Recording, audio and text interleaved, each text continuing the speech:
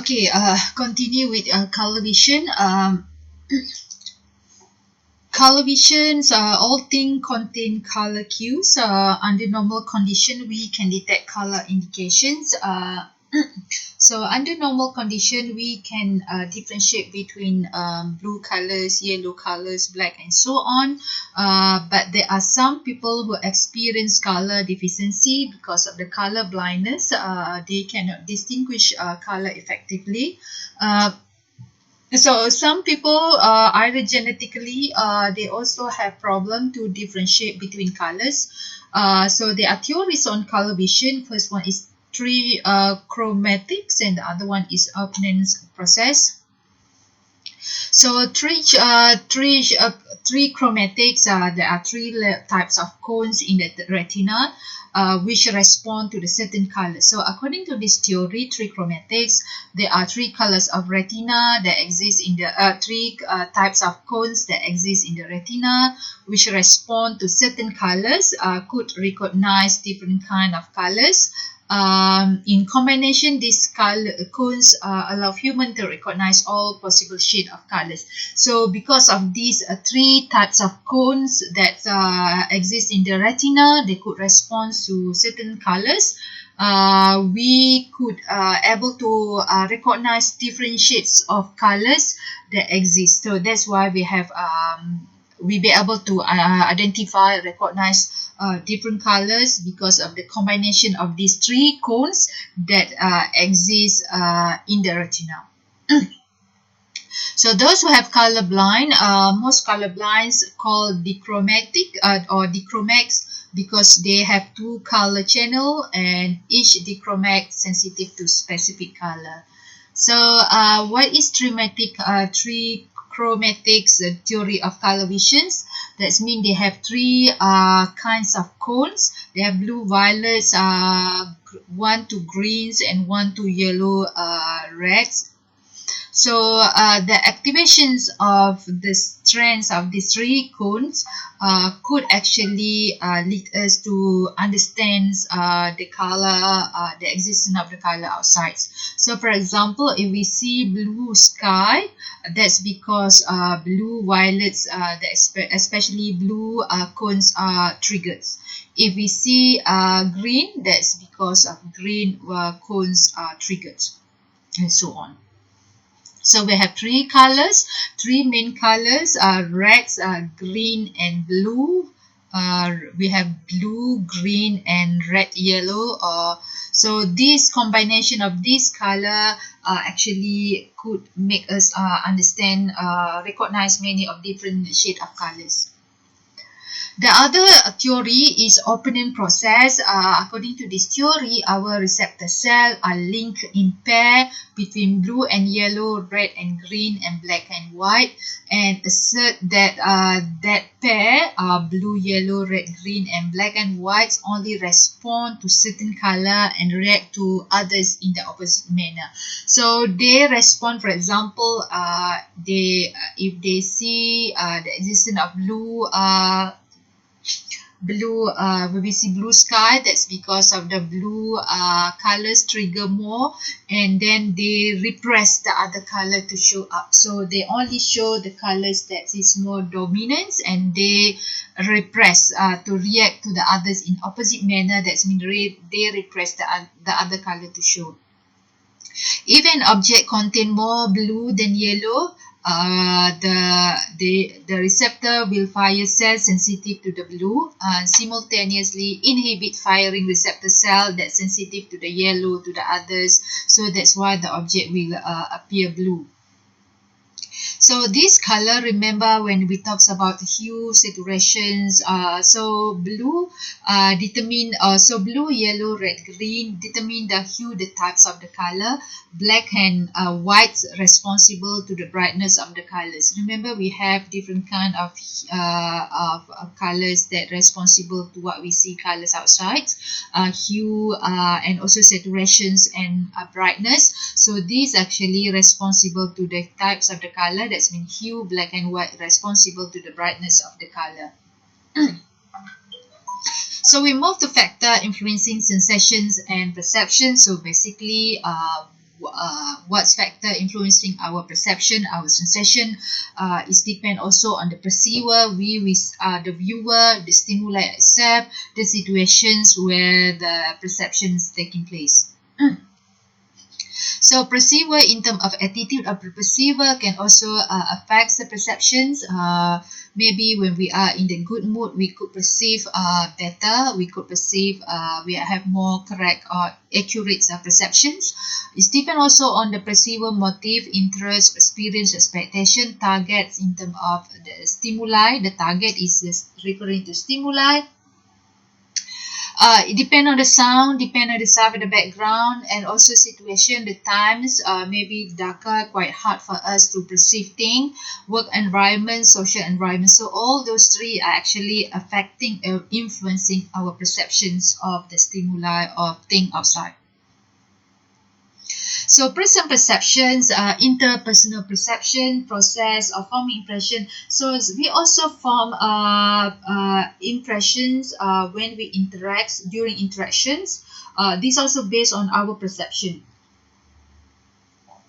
So we also form impressions about others, making perception, gaining knowledge, and making impressions also based on our perception. So negatively, positively, early impression form the basics for later social interaction. So based on our sensations lead to our perception, interpretations of the sensation, and this also lead to our interpersonal interactions, and also how we perceive others, how we make impressions, and so on. So this lead to the more explanations in terms of our interaction with others.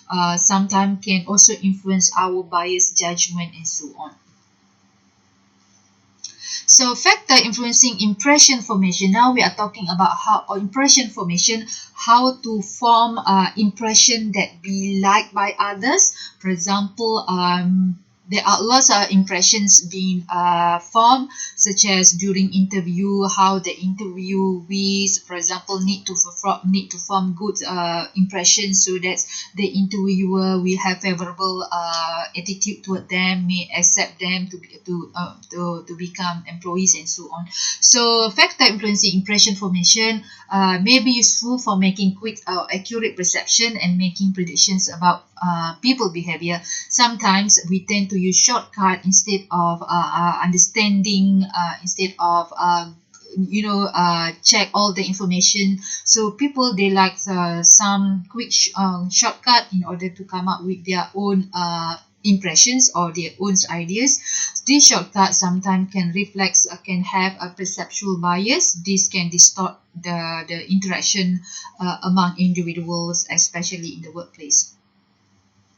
So schemas is basically an image or concept or roles that people forms in terms of how they think other people should act. Schemas can be speculative, can be untested, can be biased also. These schemas that are biased can lead to logical error in judging people. So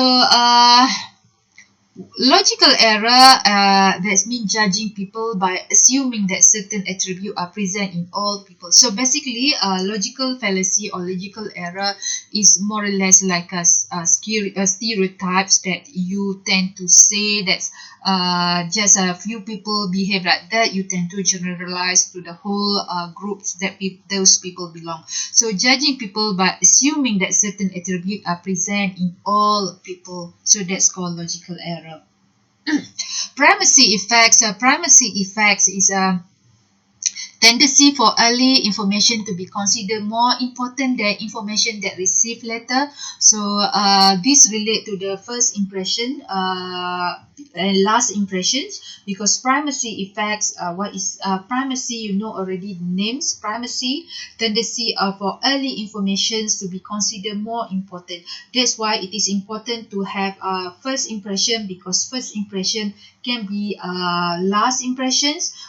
For interview, for those who want to go for interview, it is important to have a first good impression, to provide good impression, especially for first step into the interviewing rooms, so to provide a good impression, because good first impression can be last impression, because based on the primacy effects, the tendency for the early information to be considered more important thing. So they regard the later information that come, they only focus on those who have been affected by primacy effects. They only focus on the early information. So if it is bad information at the beginning, so the rest they will ignore, even though the rest are important information, are good information. So they are focusing, for those who are affected by primacy effect, they just focusing on the early information, they ignore for the later information. So those who provide good information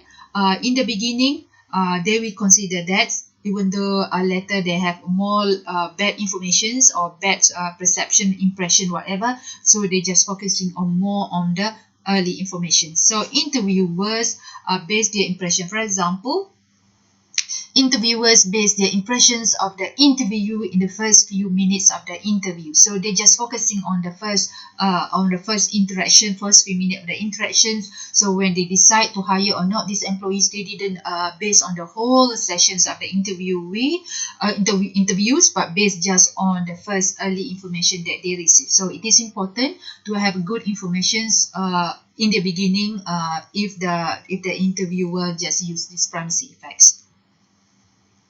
Effect of physical appearance are judged based on physical appearance. If they say if the people have attractive physical appearance, they will have a good association with that attractiveness. If people have if they have not so attractive physical appearance, they will associate with negative perception, the negative kind of behaviors. So effect of physical appearance, judgments of others influenced by their physical appearance. So if the others have good or attractive physical appearance, they will be associated as sociable, friendly, warm, and so on. So but if they have not so attractive physical appearance, they will be associated as reserved, maybe negative, moody, and so on. So that's based on effects of physical appearance. Another factor that could have effects on impression formation is stereotypes. Stereotypes is also form of schemas. People belongs to the same group or social affiliation have certain characteristics, so they tend to generalize that those who belong to the same groups all have the same characteristic as that group. So these stereotypes can be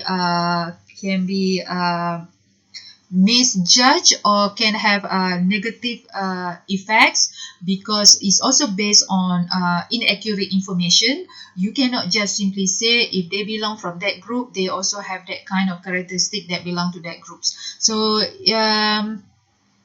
people use a shortcut to save effort to understand people individually, so they just make a stereotype. For example, here I give a photo here.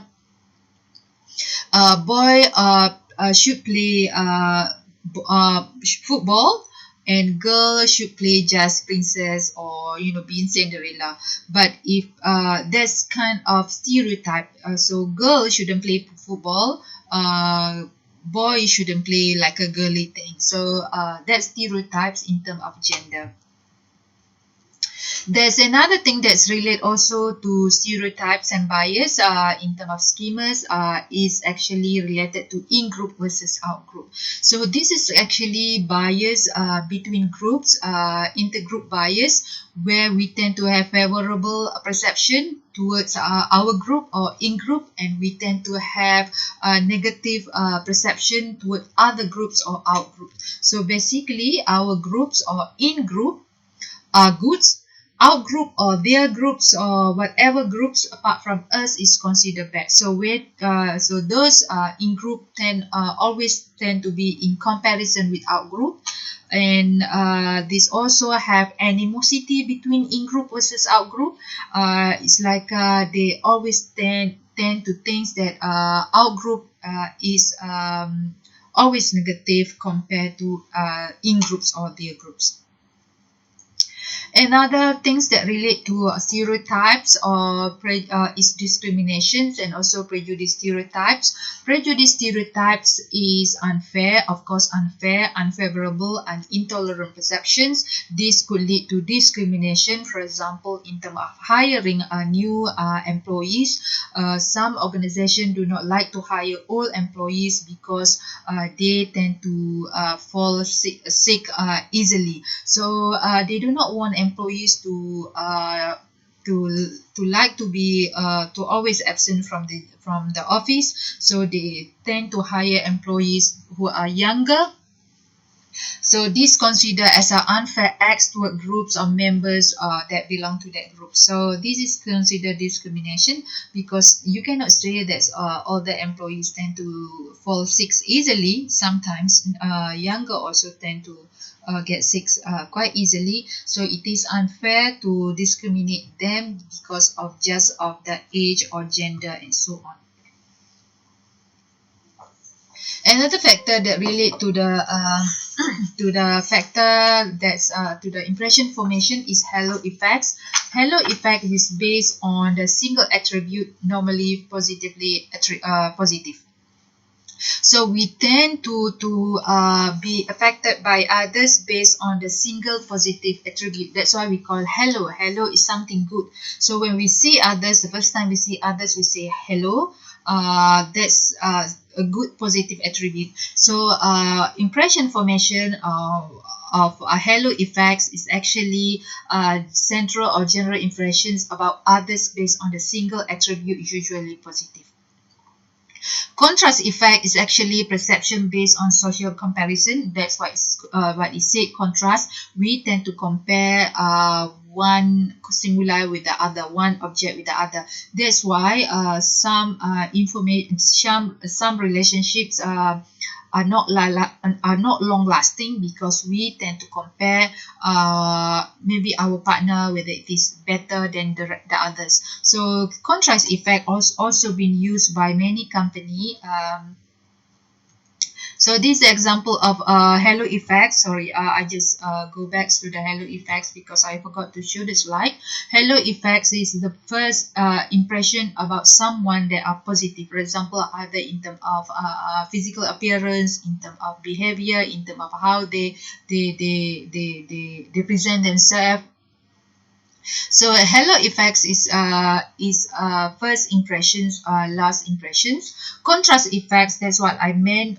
In contrast, we tend to compare one object with the other. So normally the second one is better than the previous one. Is the second one is not better, we tend to stick with the previous one. So many company they use this contrast effect to sell their products.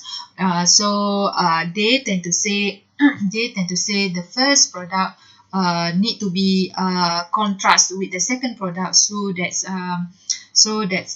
it is obvious for the customer, and the customer will go and interested to buy. So look at these photos, they use a contrast effect. They didn't display the same type of shoes or boots, because they know if they show the same type of boots, for example, the customer will not be able to notice the differences, so will not attract them. So if they show the contrast in the products, the customer will see the differences and they tend to compare, they tend to buy the one that they like. Another things that relate to from impression formation is projections. Actually, projection has been used by psychologists, by especially psychologists, because according to the psychology, sometimes people project their thoughts, their feelings on based on motive and others, based on certain things. So in order in order to understand their thoughts, their feeling, we can ask them either directly or ask them to describe the photos, for example.